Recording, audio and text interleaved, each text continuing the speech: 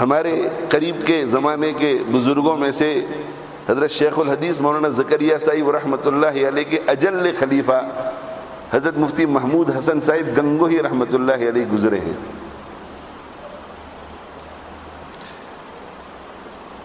ان کے ایک مسترشد نے مجھے بتایا کہ ہم لوگ دارالعلوم بری سے شیفیلڈ کے لیے روانہ ہوئے.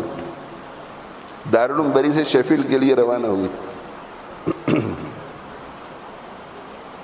اور یہ نیویگیٹر کا زمانہ نہیں تھا.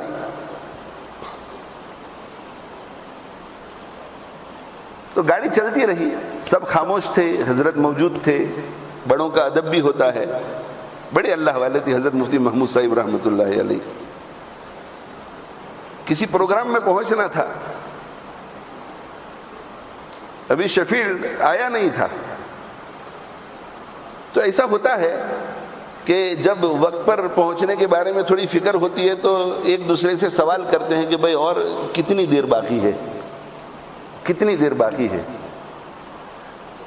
شفیلڈ پہنچنے میں ابھی کتنی منٹ باقی ہے, کتنی دیر باقی ہے. تو لوگوں نے کہا کہ اصل میں کس وقت نکلے تھے وہ کسی کو یاد نہیں ہے, کتنے بجے نکلے تھے. تو لوساکا سے چپالٹا کا فاصلہ 6 گھنٹے کا ہوتا ہے. اب ہمیں پتہ ہی نہیں ہے کہ لوساکا سے کب نکلے تھے. تو اگر کوئی پوچھے کہ کتنی دیر باقی ہے تو ہمیں پتہ نہیں چلے گا. اگر پتہ ہو کہ اتنے بجے نکلے تھے تو گھڑی میں دیکھ کر ہم بتائیں گے کہ چپالٹا پہنچنے میں ابھی 1 گھنٹہ باقی ہے, 2 گھنٹے باقی ہے. مگر معلوم ہی نہیں کہ کب نکلے تھے. تو کسی کو معلوم نہیں تھا, گھڑی میں دیکھا نہیں تھا کہ کتنے بجے نکلے تھے. تو آپس میں بات چیت کر رہے ہیں اور مفتی صاحب خاموش سن رہے ہیں کہ بھئی شفیلڈ پہنچنے میں کتنی دیر ہے. تو کہا کہ پتہ نہیں, اس لیے کہ دارالعلوم سے کب نکلے تھے وہ بھائی کسی کو یاد ہے, کسی کو یاد ہے, کہ کسی کو یاد نہیں.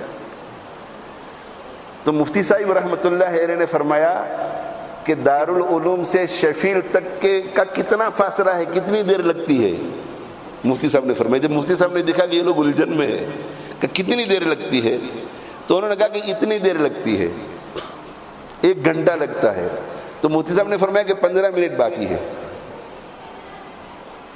15 منٹ باقی ہے. بہت اچھی بات ہے. کسی نے پوچھا کہ حضرت آپ کو کیسے پتا چلا؟ آپ کی تو آنکھیں بھی کمزور ہے, گھڑی کی طرف بھی آپ تو نہیں دیکھ سکتے, آپ انگلینڈ میں رہتے نہیں, آپ کو کیسے پتا چلا کہ 15 منٹ باقی ہے؟ تو حضرت نے فرمایا کہ دارالعلوم بری سے جب میں روانہ ہوا تو میں نے تلاوت شروع کی ہے, تلاوت شروع کی, اور 1 پارہ پڑھنے میں مجھے اتنی دیر لگتی ہے. اور میں نے تم لوگوں سے پوچھا کہ دارالعلوم بری سے شیفیلڈ پہنچنے میں کتنا وقت لگتا ہے, اور پھر میں نے دیکھا کہ میں نے کتنے پاروں کی تلاوت کر لی ہے.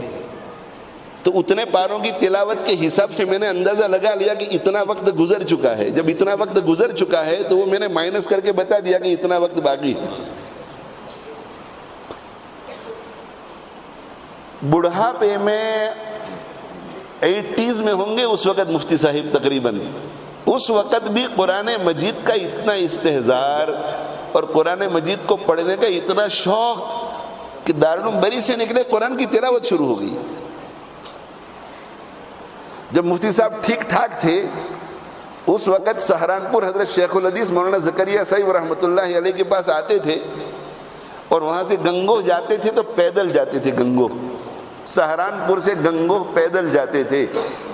تو سہارنپور سے گنگوہ کے راستے میں 20 سے 22 سپاروں کی تلاوت کر لیتے تھے. اور حضرت مفتی صاحب رحمۃ اللہ علیہ کے حالات میں لکھا ہے حیات محمود میں کہ آپ کی زندگی میں ایک وقت ایسا گزرا ہے کئی سالوں کا کہ جن میں روزانہ حضرت مفتی صاحب 1 قرآن ختم کیا کرتے تھے. اور یہ وہ لوگ ہیں جو ریٹائرڈ نہیں ہوئے تھے.